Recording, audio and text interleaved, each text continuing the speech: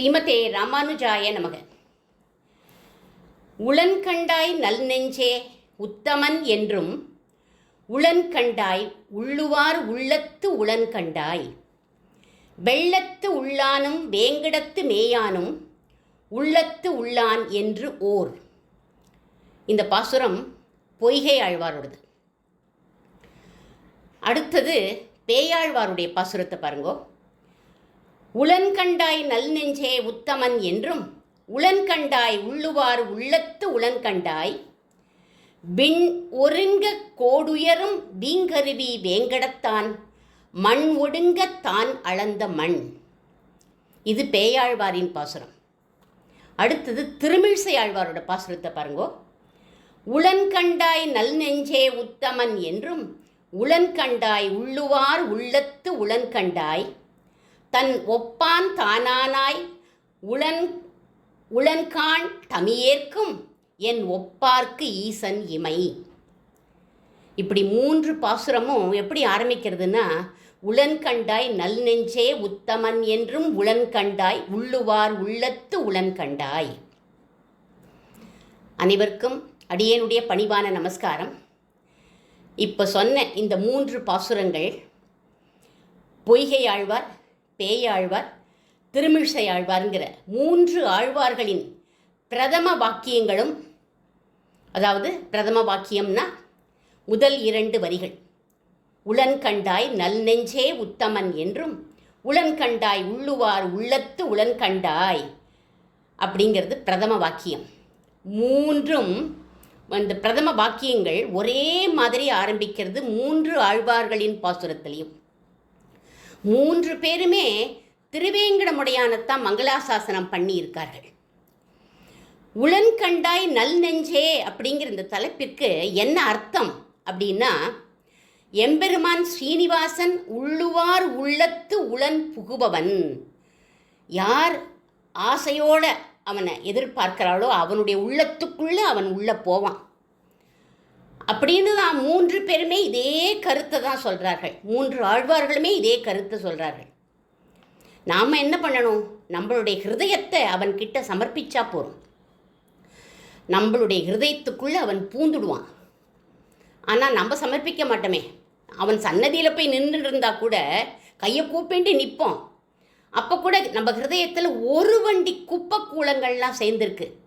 அதனால் அவனை உள்ளே விட மாட்டோம், சமர்ப்பிக்கவே மாட்டோம். நம்ம அவனும் என்ன பண்ணுவான் தெரியுமா? ரொம்ப சமர்த்தனவன், ரொம்ப கெட்டிக்காரன். நாம் எப்போ ஏமாறுவோம் அப்படின்னு பார்த்துட்டே இருப்பான். செத்த நாள் நீ ஏமாந்து கண்ணீரோட அவனுடைய அழகை பார்த்துட்டு இருந்தேன்னா உள்ளே பூந்துடுவான், நம்ம ஹிருதயத்துக்குள்ளே பூந்துடுவான். அசுரர்களான மாரீச்சன், சூர்பனகை இவாள்லாம் அவனுடைய அழகில் மயங்கி நின்ன போது அவளுடைய ஹிருதயத்துக்குள்ளே பூந்துட்டான். யார் விலக்காமல் இருக்காளோ அவர்கள் ஹிருதயத்தில் புகும் சமர்த்தனவன், கெட்டிக்காரனவன். காமக்ரோதாதி வாசனைகள்னால, காமம், குரோதம், லோபம், இந்த மாதிரி இதனால வாசனையினால் நம்ம என்ன பண்ணிடுவோம்? அவனை விலக்கிடுவோம். சிலர் என்ன தெரியுமா பண்ணுவா? ராமபக்தி தேவையில்லையா, கிருஷ்ண பக்தி தேவையில்லையா, இல்லை நம்ம போகிற பாதை கரெக்டாக இருக்கா, சரியான பாதையில் தான் நம்ம போயின்னு இருக்கோமா, இப்படிலாம் சில பேருக்கு சந்தேகம் வந்துடும். அவ்வளோதான், அவனை கவனிக்கவே மாட்டான். நம்மளுடைய சுவாதந்திரியத்தை நம்ம என்ன பண்ணிடணும்? தொலைச்சிடணும். அவன் இஷ்டம் அப்படின்னு நம்ம ஹிருதயத்தை அவனுக்கு கொடுத்துட்டோம்னா அவன் சுதந்திரமாக உள்ளுவார் உள்ளத்து உளன்கண்ட நல் நெஞ்சன் அவன்னு 3 ஆழ்வார்களும் இந்த பாசுரங்களில் சொல்கிறான். ஒரே மாதிரி சொல்கிறான். ஒரு மனுஷன் எப்போ தெய்வத்தை உணர்வான்? அவனோட வாழ்க்கையில் ஏதாவது ஒரு சம்பவம் நடக்கிற போது நெஞ்சங்கிற உட்கண்ணால் உணர்வான். அதுவும் அவன் முயற்சியால் இல்லை, பகவானுடைய சங்கல்பத்தினால தான் உணர முடியும் அப்படிங்கிறார் ராமச்சந்திர பிரபு லக்ஷ்மணர்கிட்ட. லக்ஷ்மணர் சொல்கிற, பகவானை உணரணும்னா நம்ம தான் முயற்சி பண்ணணும் அப்படின்னு சொன்னார். ஆனால் ராமர் என்ன சொல்கிறார் பாருங்கோ, அவருடைய வாக்கியத்தை பாருங்கோ. அவருடைய இந்த வாக்கியம் என்னன்னா, அசங்கஸ்பிதமேவேகே யது அதஸ்மத வர்த்ததே நிவர்த்தியரப்தம் ஆரம்பம் நனு தெய்வஸ்ய கர்மது. இது பெருமாளுடைய வாக்கியம். பகவானுடைய சங்கல்பத்தினால்தான் நாம் அவனை உணர முடியும் அப்படிங்கிறார் பிரபு ராமர். பகவானுடைய சங்கல்பத்தினால நெஞ்சம்ங்கிற உட்கண்ணால உணர்ந்தான் யாரு? பிரகலாதன். தன் அப்பா ஹிரண்யனுக்கு தெய்வத்தை காட்டுறேன் அப்படின்னு அவன் சொல்லலை. அவனால் காட்ட முடியாதா என்ன? காட்ட முடியும். ஆனால் தெய்வத்தை காட்டுறேன்னு அவன் சொல்லவே இல்லை. அவன் குழந்தைய என்ன பாடுபடுத்துகிறான். மலையிலேருந்து உருட்டுறான், கடலில் தள்ளுறான், நெருப்பில் போடுறான், விஷம் கொடுக்கறான். விஷம் அமிர்தமாக போயிடுத்து. கேசம் பொசுங்கில் நெருப்பில் போட்ட போது, சூலத்தினால் குத்தின போது சூலமே முறிஞ்சு போயிடுத்து.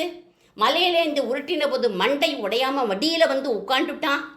இவைகளை பார்த்தும் தெய்வத்தை உணரலை அப்படின்னா பிரத்யட்சமாக வந்தால் மட்டும் அந்த ஹிரண்யகசிபு உணர்ந்துட போகிறான்னா என்ன? அதனால தான் தெய்வத்தை காட்டுறேன் அப்படின்னு குழந்தை சொல்லவே இல்லை.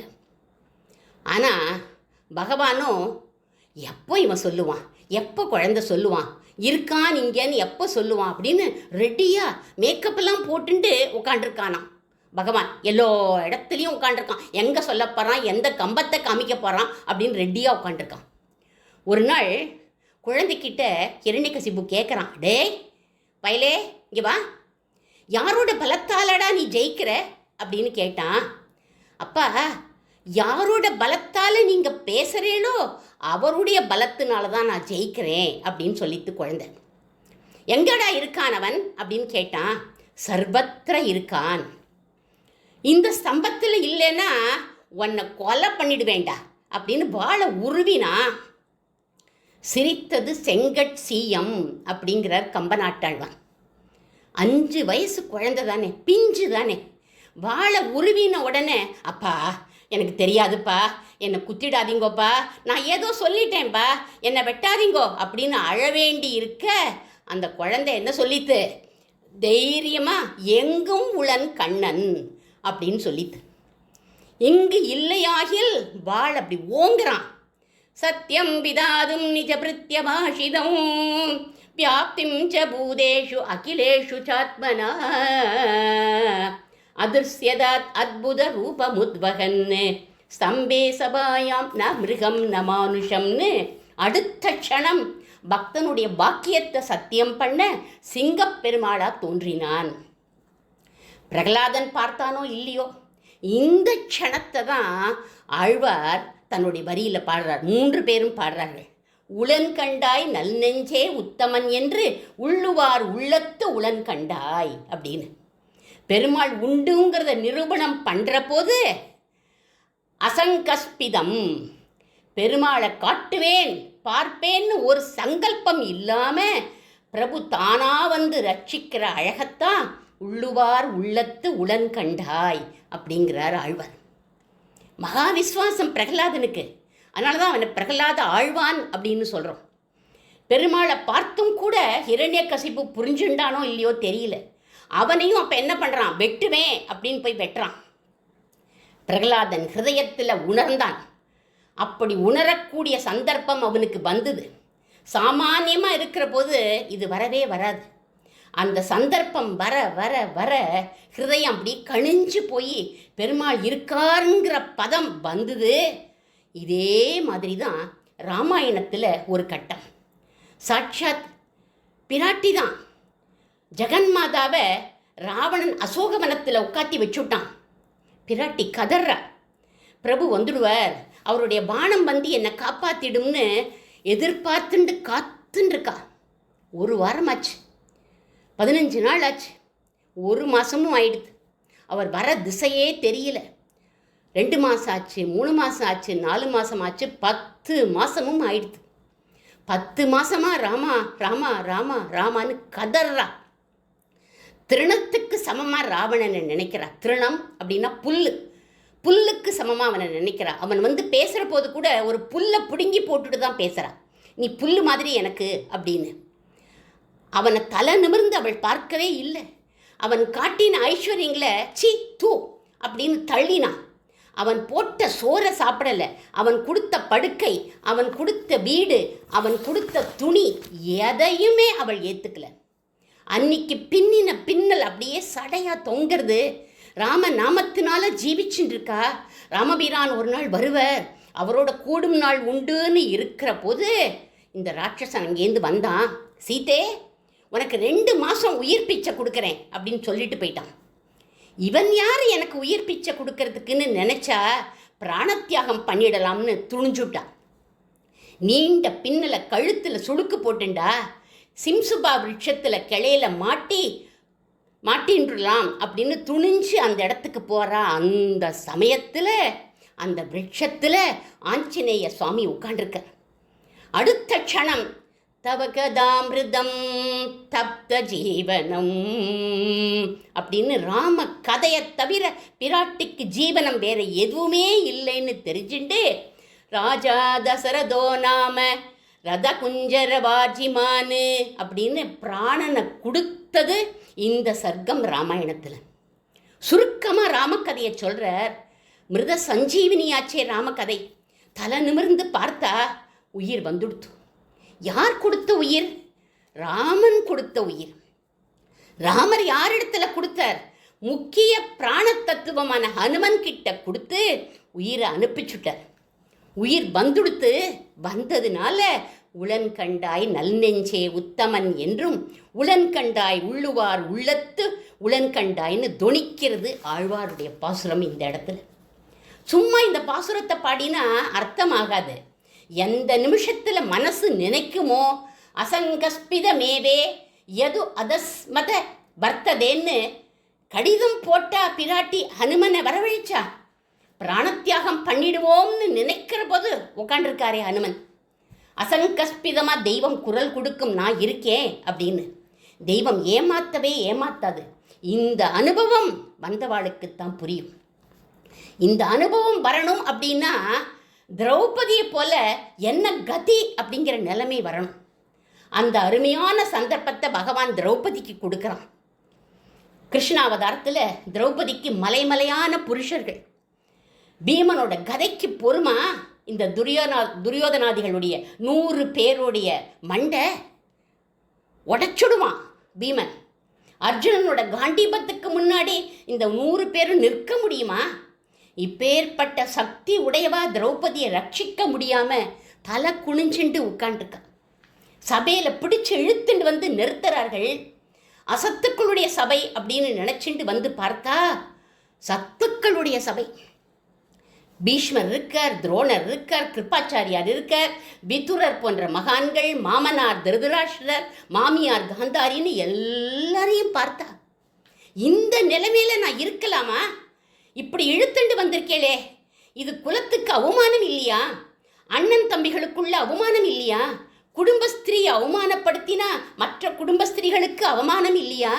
இந்த ஒரு சாதாரண தர்மம் கூட தெரியாத அசத்துக்களா நீங்கள்லாம்? குழந்தைகள்லாம் தப்பு பண்ணினா பெரியவாளான நீங்கள் புத்தி சொல்ல வேண்டாமா? இப்படி எல்லாரையும் பார்த்து நியாயம் கேட்குறா திரௌபதி. ஆனால் காப்பாத்து அப்படின்னு அவளுடைய வாயில் வரவே இல்லை. ஏன்னா இவா யாரு காப்பாத்துறதுக்கு? ரக்ஷமாம் காப்பாத்துன்னு சொல்ல வேண்டிய இடத்த தன்னுடைய தலைப்பில் முடிஞ்சு வச்சுருக்காளாம் திரௌபதி. இவர்களிடத்தில் நியாயம்தான் கேட்குறா. ஒத்தர் பார்த்துட்டு 2 முழிக்கிறா.